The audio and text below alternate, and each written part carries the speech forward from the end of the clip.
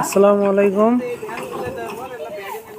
এই যে দেখেন, কুমিল্লাতে আজকে আমরা খালি পাত্র পাঠাচ্ছি। এখানে 18,000 কাপ, 1,500 সরা, 1,000 নকশাবাটি এবং 500 পিস 1 কেজি নারী বাতিল, সেটা গাড়ি লোড হচ্ছে। এটা বড় কাপ। এরপরে এই যে ভাটাতে আছে ছোট কাপ আছে। যারা